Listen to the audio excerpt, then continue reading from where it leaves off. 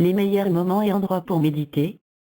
Bien que nous connaissions depuis des siècles les bienfaits de la méditation, elle ne semble désormais plus réservée aux bouddhistes à l'incroyable force mentale. En effet, comme vous le remarquez sûrement dans les médias du grand public, elle devient de plus en plus accessible et comprise dans nos sociétés occidentales.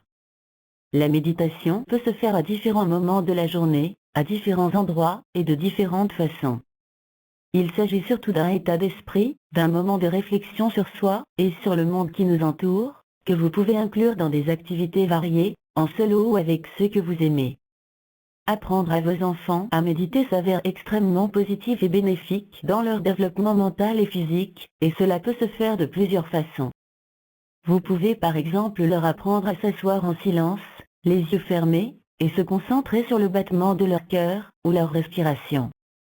Vous pouvez également apprendre le jardinage à vos enfants, et leur inculquer à le faire en silence complet, dans le respect de la nature.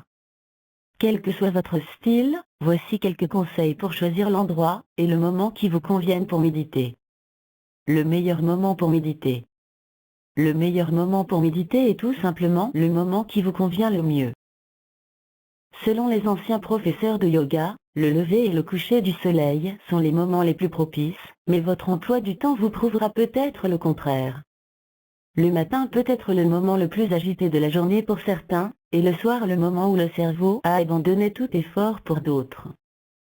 Cependant, l'essentiel est de trouver votre juste milieu, ni trop agité ni trop fatigué, et de vous y tenir.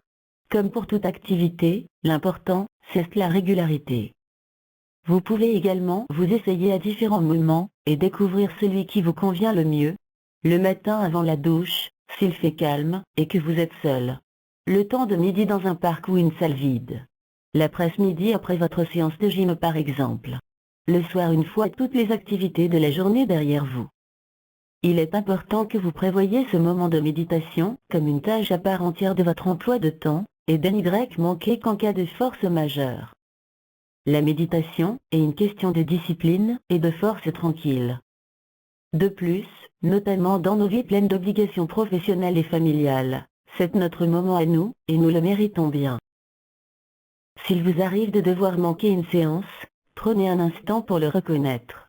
Fermez les yeux et dites-vous que, bien que ceci devrait être le moment de votre méditation, vous ne pouvez pas l'effectuer, mais que vous planifiez consciemment votre prochaine séance. Le meilleur endroit pour méditer. L'idéal est un endroit entièrement réservé à cet effet, sans autres éléments ou activités qui pourraient parasiter la méditation. Cependant, peu d'entre nous disposent d'une telle pièce chez soi. Cela ne doit pas vous empêcher de méditer pour autant. Trouvez un petit espace au calme que vous associerez à votre état d'esprit méditatif. À la maison, il peut s'agir d'un coin de pièce qui est confortable, dont vous aimez la lumière, qui n'est pas envahi d'objets et qui n'est pas utilisé par d'autres personnes au moment de la méditation. Vous pouvez par exemple essayer assis à la table de la cuisine avant le coucher des enfants, dans un coin de votre chambre lorsque votre compagnon prend sa douche, ou encore sur une terrasse, ou un balcon si vous le pouvez. À l'extérieur, que ce soit dans un parc, le long du canal, sur votre terrasse, ou dans votre jardin, il est important que vous vous sentiez à l'aise, en sécurité et confortable. Habillez-vous selon la météo en gardant en tête que la température de votre corps peut descendre légèrement lorsque vous méditez. Vous pouvez également faire votre séance pendant une activité artistique, ou le jardinage avec vos enfants.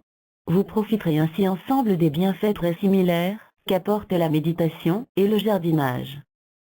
Quel que soit le moment, l'endroit et la durée que vous pouvez consacrer à votre méditation, rappelez-vous que l'important est que vous la pratiquiez avec conscience.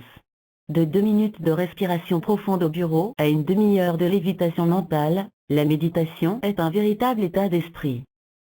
Accordez-vous ces quelques minutes de bien-être quotidien, elles vous le rendront bien.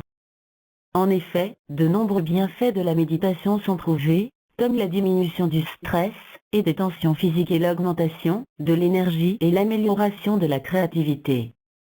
Pour davantage de conseils santé, rendez-vous sur notre site internet.